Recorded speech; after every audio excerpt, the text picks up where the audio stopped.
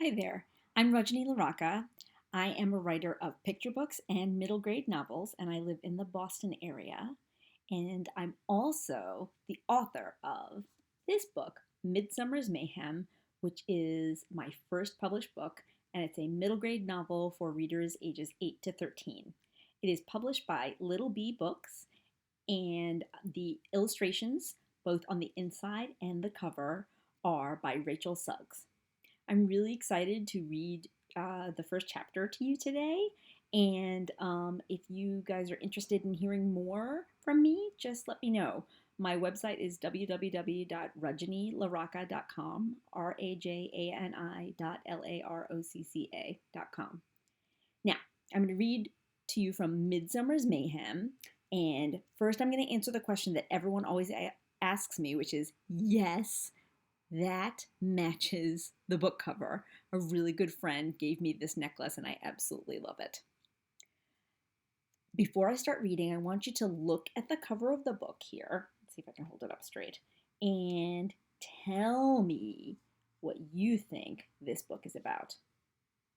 If you answered that you think this book involves some baking, you would be absolutely right. The main character is this girl right here. Her name is Mimi. She's 11 years old and she loves to bake. Now there's some other really interesting things on this cover, including some flowers and this really cute little bird and some kind of interesting tree in the background.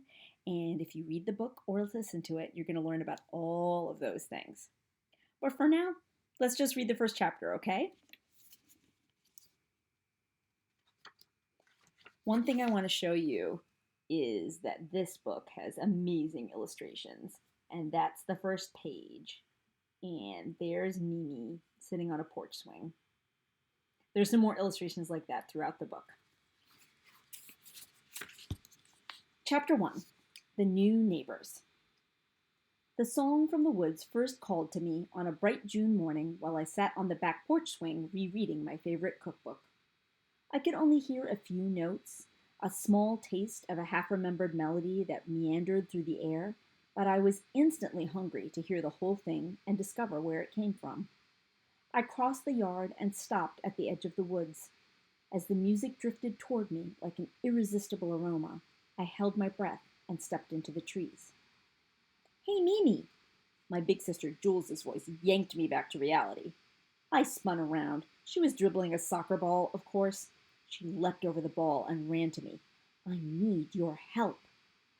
I pushed my hair out of my eyes. That's the kind of hair I have, the kind that's always in my face. "Did you hear that?" I asked, sure I could still hear lingering notes in the summer air. "I want to—" Jules grabbed my arm and pulled me toward the porch. She pointed at the driveway next door, where a moving van and a silver car were parked. "The new neighbors are here. Let's bring them the brownies you baked this morning." "But those are for Dad." "Welcome home brownies, since he'd been gone all week." "Make him something else. Come on, don't let them see us yet."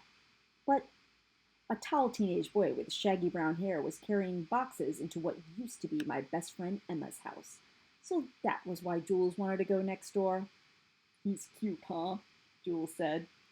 I shrugged. He looked around Jules's age, 15 or 16. "I want to make a good first impression.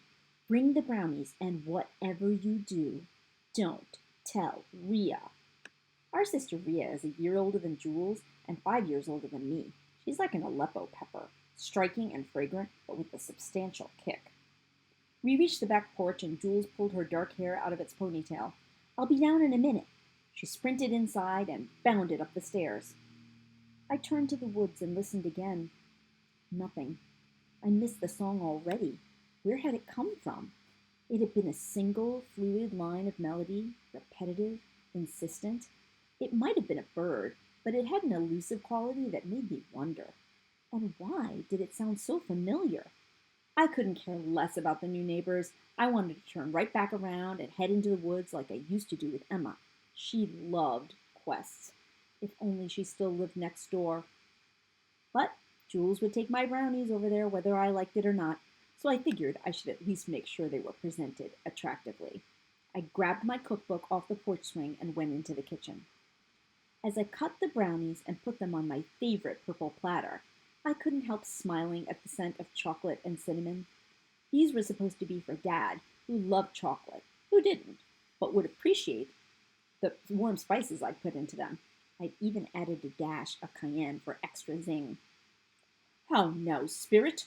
Whither wander you? My brother Henry made a beeline for the brownies. I blocked his arm before he could grab one, and he recoiled dramatically.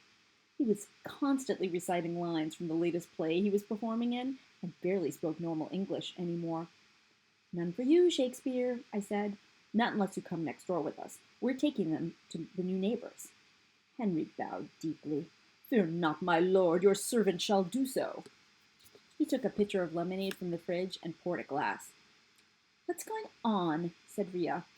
I hadn't heard her come into the room, but then being light on her feet was one of the things that made Rhea such a great dancer.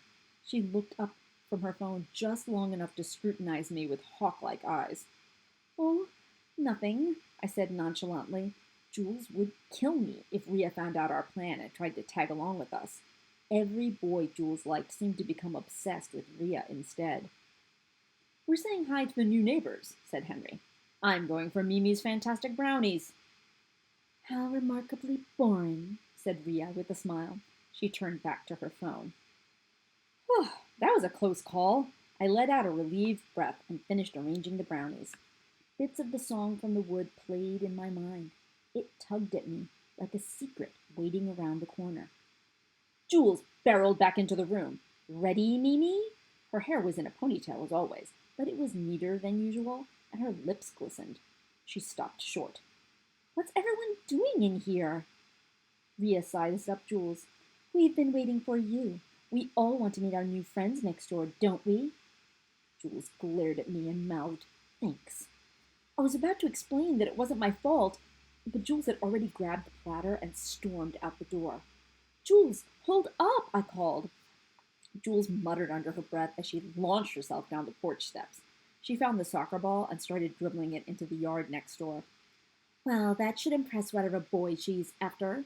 If there's one thing boys love, it's a girl who can kick. Rhea glided down the steps and started across the grass. I turned to Henry. Quick, before they pull each other's hair out.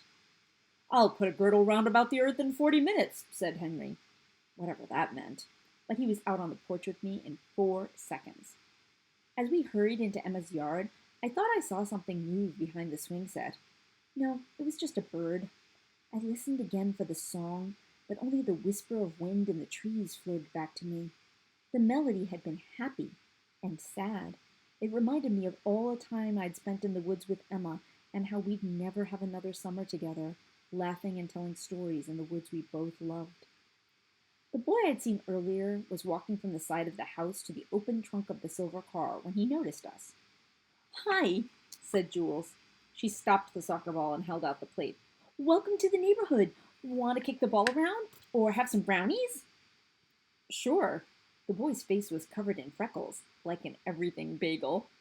He eyed the soccer ball, then moved his hand toward the brownies, then stopped and grinned goofily at Jules. Of course he wants to eat the brownies, said Rhea. She snatched the platter and held it out. The boy glanced at Rhea, and, like most boys, he couldn't stop staring.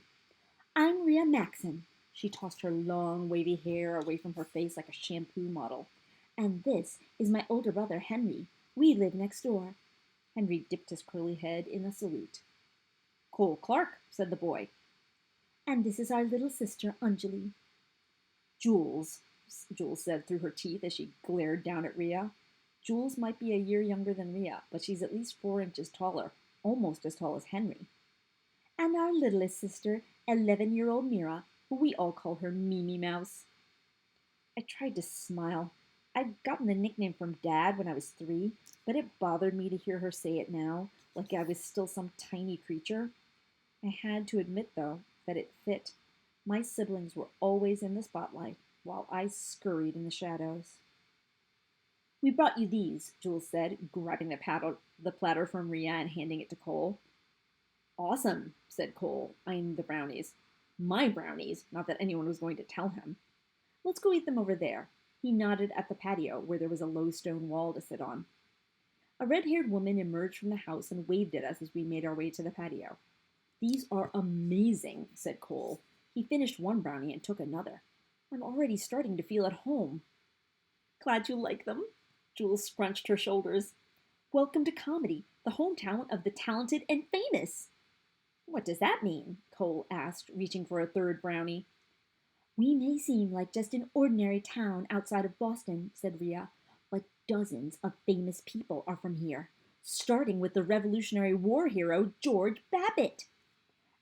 "And the philosopher David Allen Trudeau," said Henry. "And Theresa Leaf Alcott, the writer," said Jules. "And loads of others, including last year's winner of American Diva." "Fascinating," said Cole. "Maybe I won't miss San Diego after all." I rolled my eyes. They'd forgotten to mention the most important famous person from comedy. Puffy Faye! He was the best pastry chef in the country. He'd written my favorite cookbook, and he hosted a baking competition on Food TV.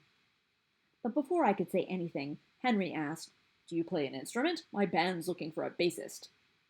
I didn't need to hear the saga of Henry's band again, so I wandered to a swing, sat, and inhaled the sharp smells of the woods.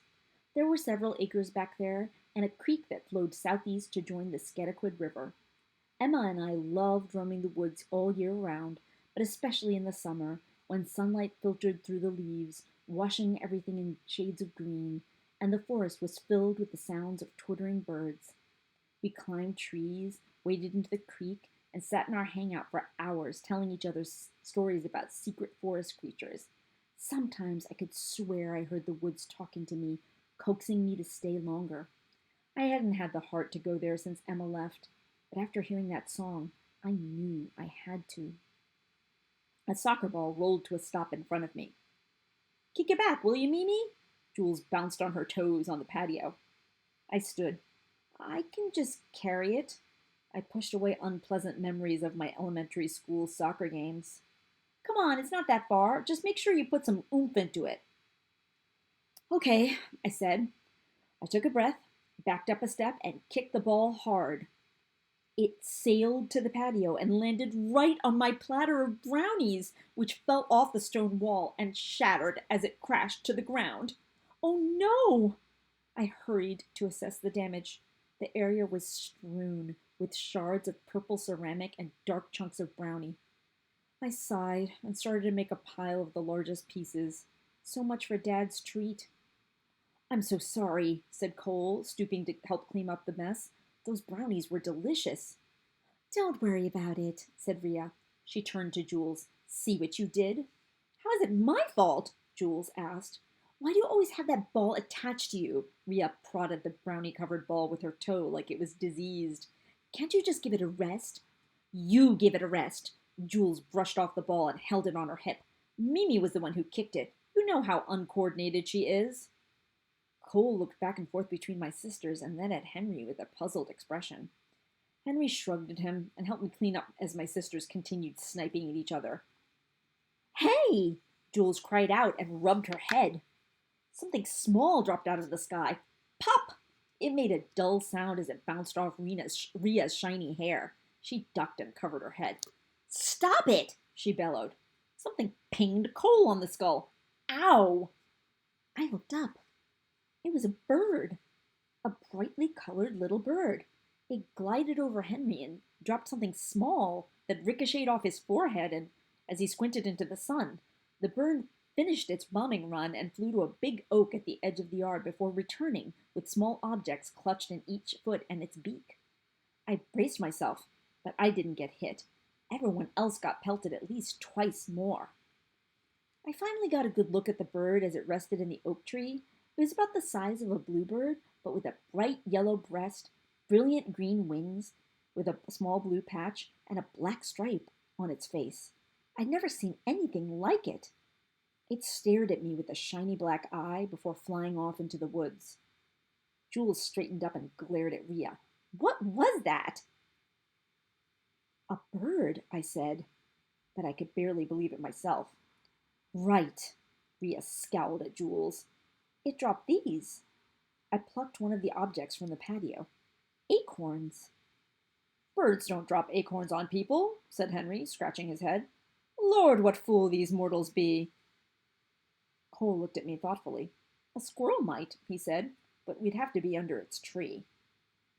Rhea, Jules, are you out there? Time to go. It was Mom calling from our yard. Over here, Mom, I called back. In Emma's yard. I shook my head and wished it were still Emma's yard. Cole seemed nice enough, but his existence made my sisters even more impossible than usual. Luckily, Rhea had a dance rehearsal, or Jules would have gotten all weird about leaving her with Cole while she went to soccer practice. Henry said he'd stay to help the Clarks bring boxes into the house. As Rhea and Jules headed to the car, I realized I hadn't saved a single brownie for Dad. I couldn't wait to see him. He'd make me feel better, or at least help me laugh about everything. There was no time to make another batch, and I was all out of chocolate anyway, so I decided to bike into town to pick something up. I asked Mom, and she said it was fine, as long as I was careful and came back before she returned with my sisters. I glanced up at the oak as I walked home. There was no sign of the bombardier bird. I couldn't help pausing at the edge of the woods. A breeze ruffled pine needles and maple leaves, and it felt like a warm breath on my face. I listened, hoping to hear the song again, but I didn't. Not then. And that is the end of the first chapter of Midsummer's Mayhem. I hope I'm going to be able to do some more recordings, so I hope I can read a little bit more of this story to you. And like I said, if you're interested in finding out more, you can always look on my website. Have a wonderful day. Take care. Bye-bye.